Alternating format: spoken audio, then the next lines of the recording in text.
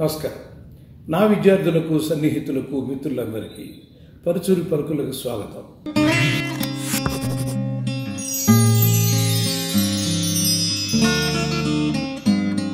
ఒక రకంగా ఇది పలుకు, మరో రకంగా ఇది పాఠం. ఎందుకంటే బహుశా ఇది మీరు వినే సమయం రేపటికి అవుతుందేమో. నేను ఇది 21వ తారీఖు చేస్తున్నాను, ఆగస్టు 22 అంటే ప్రపంచంలో చాలామందికి తెలుగు వాళ్ళకి తెలిసినటువంటి డేట్. అది మన మెగాస్టార్ చిరంజీవి గారి పుట్టినరోజు.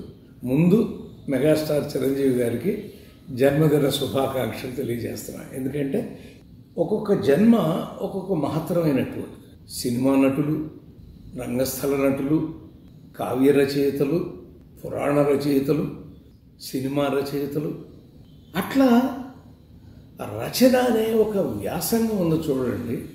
అది నన్నయ్య భట్టు వ్రాసినటువంటి మహాభారతం అర్థం చేసుకునే పరిస్థితి వాళ్ళు పురాణంలాగా దాన్ని చెబితే తప్ప అక్కడ ఏం జరుగుతుందో మనకు అర్థం కాని పరిస్థితి. అది కానీ సినిమా అనేది ప్రేక్షకుడికి అర్థం కాకపోతే ఆ సినిమా ఆడదు. నేనేమి రాశానో, వారేం చెప్పారో అది మీకు అర్థం కావాలి. అందుకనే కొత్తలో మరో మనకు ఈ చరిత్ర వేసినతో ఆ రోజుల్లో కొంత పరుచూరి బ్రదర్స్ డైలాగ్ కొంచెం ప్రౌఢంగా ఉంటుంది అనేటువంటిది. దానికి కారణం అన్నయ్య కాదండి. అన్నయ్య చాలా న్యాచురల్గా రాస్తాడు. నేనేంటంటే తెలుగు ఎంఏ చదివి మొత్తం అక్కడ ఉన్నటువంటి భారత భాగవత పురాణాలు, 18 పురాణాలు అన్నీ చదివిన వాడిని అండి నేను. దాంతో ఏమవుతుంది, ఎంఏ తెలుగు చదవటమే కాకుండా ఉపాధ్యాయ వృత్తి అంటే లెక్చరర్ అనుకోండి. నేను ఫస్ట్లో ఫతేపురంలో లాల్ బహదూర్ శాస్త్రి ఓరియంటల్ కళాశాలలో అక్కడ సాంగత్యంతో ఆ భాష అలా పెరిగిందండి. కానీ చిరంజీవి గారు ఏం చేసేవాడంటే ఆ డైలాగ్ రీడింగ్ ఇస్తున్నప్పుడేమో ఈ డైలాగ్ను కొంచెం మళ్ళీ రాసుకుందాం అనేవారు. అంటే ఎంత మృదువుగా చెప్పేవారో చూడండి. అలాంటి ఈ చిరంజీవి గారితో సాంగత్యం అవన్నీ మీకు చాలాసార్లు చెప్పాను. ఎన్ని సినిమాలు రాసావు, ఎలా చేసావు అవన్నీ. ఇది కేవలం ఇంద్ర కోసం కాబట్టి మిగతా విషయాలు మాట్లాడకుండా ఇంద్ర వరకు ఇది కూడా 2 సార్లు చెప్పినట్టున్నాను. మా వాళ్ళని అడిగితే, సార్ ఆయన ఆగస్టు 22 మళ్ళీ ఇంద్ర రిలీజ్ అవుతుంది, ఒక్కసారి మీ మనసు పలికితే అంటే అవును, పలికితే కాదు పులకరిస్తే పలుకుతుంది మనసు. జూలైలో రిలీజ్ అయిందండి. 2002 జూలై అని నాకు గుర్తు. దాదాపు 22 సంవత్సరాల క్రితం రిలీజ్ అయిన సినిమా ఇంకా కళ్ళ ముందు అలా కదలాడుతోంది అంటే అది ఎంత గొప్ప సినిమా. ఇప్పుడు ఈ సినిమా రిలీజ్లో పర్టికులర్గా చిరంజీవి గారితో పాటు చిరంజీవి గారికి నమస్కారాలు చెబుతూ ఆశీస్సులు మాత్రం మా చిన్ని కృష్ణకి ఇచ్చి తీరాలి. ఎందుకంటే ఇదే టేబుల్ దగ్గర నేను కూర్చుంటే ఆ ఎదురుగా అశ్విని దత్తు, గోపాలు ఇద్దరు వచ్చి ఇది వద్దు అని భయపడటానికి కారణం నాకు అర్థమవుతుంది. ఆల్రెడీ ఫ్యాక్షన్ ఓరియంటెడ్ సినిమాలు వచ్చి ఉన్నాయి. అలాంటి సమయంలో ఇలా మళ్ళీ ఫ్యాక్షన్ ఓరియంటెడ్ది చిరంజీవి గారి మీద తీస్తే ఎలా అనేటువంటి ఆలోచనతో చెప్పాను తప్ప కథ బాగాలేదని ఇద్దరు అనలేదు. ఇదే కుర్చీలో కూర్చుని నేను రిక్వెస్ట్ చేశాను, ఒక పని చేస్తానయ్యా, చిరంజీవి గారితో నేను చెప్పేప్పుడే సార్ ఇది గోపాల్ వద్దన్నాడు, అశ్విని దత్తు వద్దన్నాడు, నేను ప్రేమతో మీకు చెప్పడానికి వచ్చాను. ఎందుకంటే చిన్ని కృష్ణ రైల్వే స్టేషన్కి వెళ్ళిపోతున్నాడు అండి, వెళ్ళిపోతాం ఇక వదిలేసి వెళ్ళిపోవాలని వెళ్ళిపోతున్నాడు. అలాంటి సమయంలో నేను ఆయనకు చెప్తాను, నాకు అవకాశం ఇవ్వండి అని నేను చిన్ని కృష్ణ కొంచెం కుస్తీ కొట్టి కొన్ని మాటలు అనుకుని వెళ్ళి చిరంజీవి గారికి చెప్తే చాలాసార్లు చెప్పాను.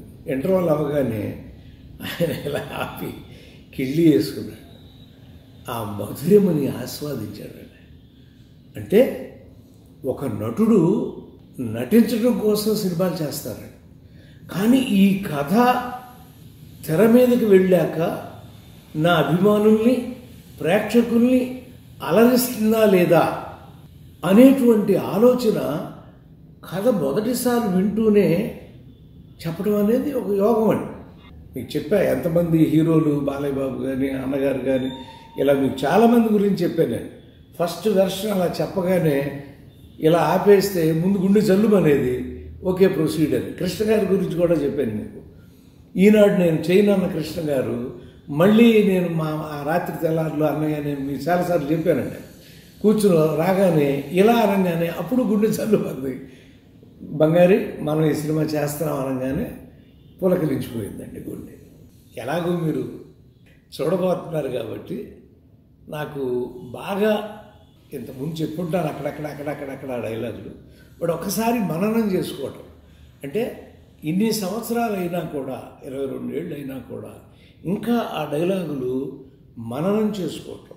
అద్భుతమైన డైలాగ్. ఇంత మాట అది మొక్కే కదా అని పీకేస్తే పీక కోస్తా. పసిపిల్లల నోట్లో కూడా వెళ్ళిపోయింది అది. అప్పుడు తిడతా ఉండేవారండి కొంతమంది తల్లిదండ్రులు, ఈ పరశురాళ్ళకి పనే లేదు, పిల్లల్ని పాడు చేస్తున్నారు, ఇలాంటి మాటలు నేర్చుకున్నారు. కత్తులతో కాదురా కట్టి చూపుతో చంపేస్తా. ఇలాంటి డైలాగులు ఎక్కువ అన్నయ్య రాసేవాడు కదండి. ఆయన చాలా న్యాచురల్గా రాస్తాడు. నా కళలోంచే వస్తూ ఉంటాయి ఇట్లాంటివన్నీ. అది మంచి మాట. ఇంకోసారి మీకు కూడా అది కూడా చెప్పానండి. వాళ్ళు లక్నోలో షూటింగ్ చేసి కాశీకి వచ్చారు. వచ్చినాక మొట్టమొదటి రోజే అంటే ఒక అద్భుతమైన ఇంద్రసేనుడి సీన్ తీయకుండా ఇంద్రసేనారెడ్డి ఆ ముస్లిం ఇంటికి వెళ్ళి అవమానపడి తిరిగి వచ్చేటువంటి సీన్ అండి. దానిలో యాక్చువల్గా మొదటి వెర్షన్లో నేను చాలా డైలాగులు రాశానండి. బట్ చిన్ని కృష్ణ ఏమన్నా అంటే, అన్నయ్య నలిగిపోవాలి థియేటర్, ఇక్కడ థియేటర్ నలిగిపోవాలంటే మాటకు మాట అన్న అంటే చిరంజీవి గారిని అన్నయ్య అంటాడు. అన్నయ్య చెప్పేస్తే చప్పట్లు వెళ్ళేస్తూ ఉంటారు. సో ఆ స్పిరిట్ పోతుంది అన్నయ్య, వద్దు రాయిబాకండి అంటే డైలాగ్ రాయకుండా వెళ్ళిపోయాం. అది అక్కడ షూటింగ్ టైంలో ఆయన అక్కడి నుంచి లైట్నింగ్ కాల్లో అప్పుడు చెప్పాను కదా, సెల్ ఫోన్ ఉండే కదా, ల్యాండ్ లైన్ నుండి దానిలో మాట్లాడి ఒక్క డైలాగ్ రాయండి, చాలా ఇబ్బంది పడతారు. ఆయన అప్పుడు కూడా అభిమానుల గురించి ఆలోచించాడు. ఇంత అవమానంతో ఇన్ని నిమిషాలు తలంచుకుని నేను వెళ్ళిపోతాను, పై దెబ్బలు కూడా తిని వెళ్తాడు కదా, వెళ్తా అంటే తట్టుకోలేరు, ఒక్క డైలాగ్ రాయండి అంటే, తప్పు మా వైపు ఉండిపోయింది కాబట్టి తల దించుకు వెళుతున్నాను, లేకపోతే తలలు తీసుకువెళ్ళేవాడిని. థియేటర్లో చూడాలండి ఆ డైలాగ్. చూసాం మేము. ఇప్పుడు రేపు కూడా మీరు ఈ డైలాగ్ వచ్చినప్పుడు ఇదే భయంకరమైన అప్లాజ్ని డెఫినెట్గా మనం చూస్తామండి. ఎందుకంటే ఆ బాడీ లాంగ్వేజ్, వాళ్ళ బాడీ లాంగ్వేజ్కి ఆ స్పిరిట్తో కూడి వాళ్ళు చెప్పేటువంటి ఆ డైలాగులు. అలాగే చాలా చిన్న మాటతో కూడా రాననుకున్నారా రాలేననుకున్నారా. మీకు ఒకసారి చెప్పాను నేను ఈ డైలాగ్ని ఆయన్ని, సరి కొంచెం అందంగా చెప్పండి అన్నప్పుడు రాననుకున్నారా రాలేననుకున్నారా అన్న ఎమోషన్లో ఉన్నారు ఆయన. కొంచెం అందంగా చెప్తే బాగుంటుందేమోనండి వయ్యారంగా, ఎందుకంటే మీరు ఆడిస్తున్నారు, ఆడుకుంటున్నారు మొత్తం సీన్ అంతా అంటే, అప్పుడు ఆయన వెంటనే ఒక సెకండ్లో రాననుకున్నారా రాలేననుకున్నా. ఆ చిరంజీవి గారి మెస్మరిజం ఉంటుంది ఆ డిక్షన్. ఆ మాట చెప్పడం అనేది మాటలు కాదండి. రావాల్సిన మనిషి వచ్చినప్పుడు ఆనందపడాలి కానీ ఆశ్చర్యపోతున్నారేంటి. ప్రతి డైలాగు గుండెల్లోకి దూసిపోయేదండి.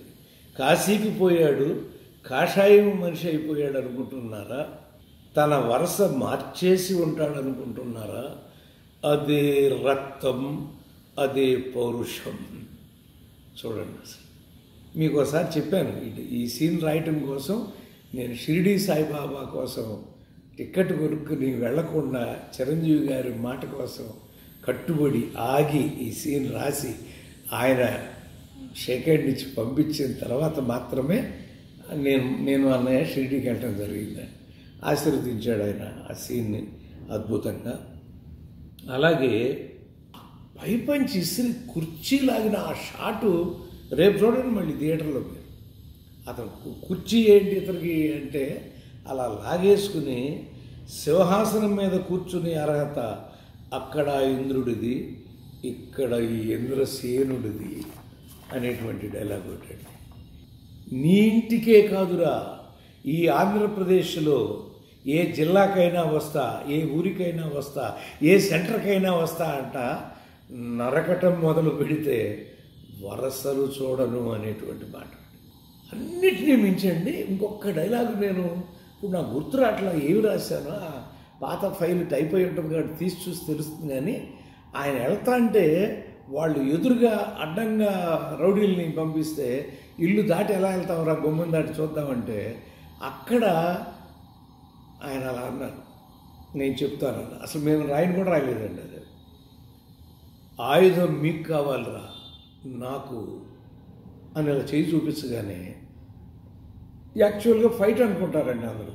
కానీ ఆ చెయ్యి, ఆయన కళ్ళు, ఆ భయం చూసి అందరూ అలా ఒక్కొక్కరుగా పక్కకి తప్పుకుంటూ విడిపోతారంటే థియేటర్లో చూడాలండి ఆ సీన్ కూడా. ఏమైనా ఆ లెనిన్ బొమ్మ మీరు చూస్తూ ఉంటారు, ఎక్కడ ఉంటుంది, ఎక్కడ ఉన్నాడు. ఇది చిరంజీవి గారు ఇచ్చిందేనండి. ఆ చిన్న ఫోను ఎక్కడో దాచారండి, కనపట్ల మీకు చూపిద్దామని. ఈసారి ఎప్పుడేం దొరికితే చూపిస్తాను. ఆ ఫోన్ని దాచుకున్నానండి, దాన్ని ఇవ్వాల. ఆ ఒక్క సీన్కి ఆయన అశ్విని దత్తుకి చెప్పి ఆ ఫోన్ తెప్పించి నా చేతిలో పెట్టారండి. ఆ ఫోన్ని నేను చాలా ప్రేమగా చిరు అభిమానంతో దాన్ని అలాగే దాచుకుంటూ ఉన్నాను. ఏమైనా ప్రేక్షకులారా, అభిమానులారా, మళ్ళీ ఒక పండగ, చిరు పండగ, దాన్ని పెద్ద పండగగా మీరు చేయాలి. ఆగస్టు 22 ఆయన పుట్టినరోజు ఎంత వైభవంగా ప్రపంచవ్యాప్తంగా అభిమానులు చేసుకుంటారు, అలా ఈ ఇంద్ర సినిమాని కూడా అంత వైభవంగా మళ్ళీ ఆదరించి మళ్ళీ ఒకసారి అశ్విని దత్ గారిని, చిన్ని కృష్ణని, వెంకటేశ్వరరావుని, నన్ను మొత్తం ఎంటైర్ యూనిట్ని, అందులో నటీనటుల్ని అందరినీ, ముఖేష్ విష్ కూడా మామూలుగా చేయలేదండి. అలా శివాజీ అయితే యాంటీ నుంచి నెగిటివ్ నుంచి పాజిటివ్ అవటం అద్భుతమైనటువంటి సీన్లు అండి.